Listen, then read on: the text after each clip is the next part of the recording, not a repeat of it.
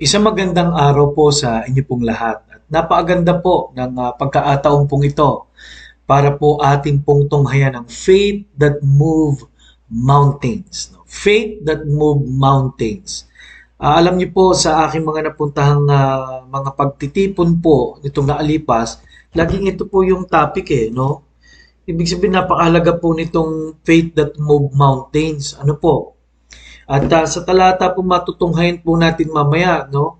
Kung tayo may pananampalataya sa Diyos ay kahit gabundok na problema ay kayang i-move, no? Yun po ang sabi ron. Alam niyo pagka po sinabing gabundok maraming ibig sabihin no? And then sabi ron by faith, kung meron kang pananampalataya ay pwedeng yung bundok ay malipat po sa dagat, no? Ako po, naalala ko tuloy yung sinabi doon sa field trip ng mga bata, no, na yung Tagaytay daw ay dahil sa yung lupa doon sa Taal ay naarating, no, doon sa kabilang bahagi, no, yung naging Tagaytay at Batangas. Parang moving of mountains, no? At kaya sa Diyos wala talagang imposible. Yun ang sinasabi ng Panginoon. Number two, sa Diyos po ay kaya nating umasa. Ano po? Kasi po, hindi po pag sinabing faith that move mountains, tayo yung magmumove, kundi ang Diyos ang kikilos. Paminsan po kasi ay nalilimutan po natin yan. Pangatlo ho, kaya po faith dahil po sa pagkakilala natin kung sino ang ating Panginoong Diyos. Ano po? Kaya tinaho at ating pong puntahan ang mga aralin pong ito na hatiin po natin sa ilang mga hati. Ano po? At mula po ito sa mas malaking pag-aaral. Okay? Pero ang ating pong talata ay sa Mark chapter 11 verse 18 to 26, lalo na po sa verse 23. Basahin ko po muna ang verse 23.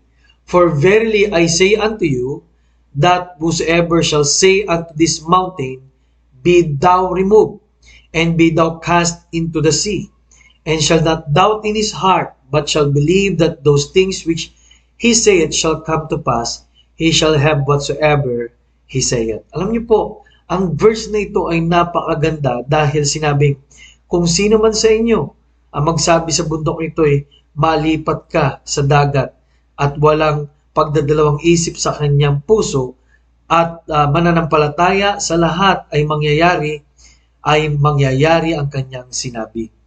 Alam niyo po, this is a very, very powerful verse na ang gaya po na sinabi ng verse 22, and Jesus answering said unto them, have faith in God. No? Have faith in God. Bakit po?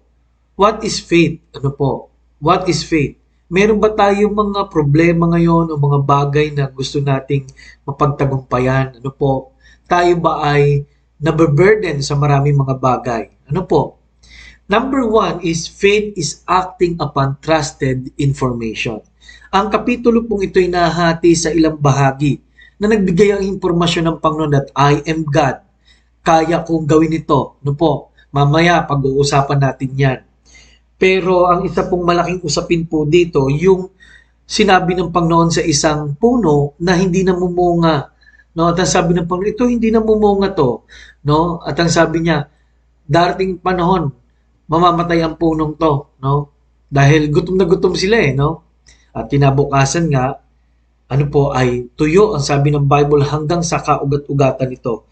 So sa verse 22, yung last part noon, at yung 23 yung nabasa natin, ang sabi ng Panginoon kay Pedro, magkaroon ka ng pananampalataya sa Diyos. Bakit? Sabi ni Pedro, natuyo nga, gumanon siya. No? Kaya alam nyo, may mga pagkaataon na gusto nating may mangyari.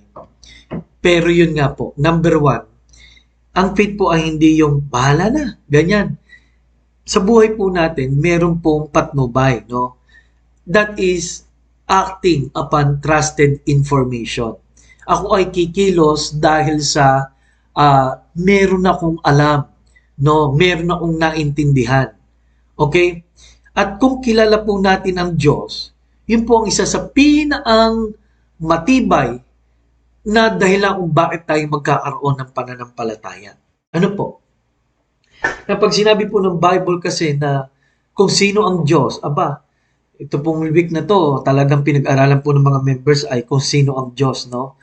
Ang kanyang mga pangalan pa lamang nagsasabi na ah, Jehovah Shalom, God is peace, di ba? Jehovah, ah, ano pa mga pangalan ng Panginoon, yung El, no? Lahat po yon yung El Shaddai, lahat yan, mayroong kinalaman po no? Sa kung ano ang gustong gawin ng Diyos sa ating buhay. Okay? Jehovah Jireh, ano po? Jehovah Tsidkenu, yung mga yan, ano po? God is our banner. Ano po? Siya po yung ating tagumpay, ibig sabihin. Kaya mga minamahal, sa oras po na ito, kilala po ba natin ang Diyos? So paano kung makikilala ang Diyos sa pamagitan ng kanyang mga salita o sa Biblia? Kaya po tayo nag-aaral, ano po? At pangatlo, no, ay makikilala natin siya sa pang-araw-araw na buhay natin, mas lalakas ang ating loob. Ano po? Ang daming pangako ng Diyos sa Biblia, ang dami niya nang ginawa. Kaya ang tanong, alin sa mga ito ang naranasan mo na at napatunayan na? Ano po? Well, meron po mga taong nagpapasalamat dahil, uy, napatunayan kong healer siya. Wow, praise God po. Pero marami pang pwedeng patunayan ng Diyos sa iyo. Ano po? Tingnan po natin ang kanyang salita dahil marami pang pwedeng gawin ang Diyos. At yung pagtitiwala na yon is acting upon trusted information. Faith is acting upon trusted information. Kaya mga minamahal, nawa po, tunay na tayong nagtiwala sa Panginoon. Maraming salamat po. At ito po ang first part para sa araw na ito. No? Faith that moves mountains. Maraming salamat.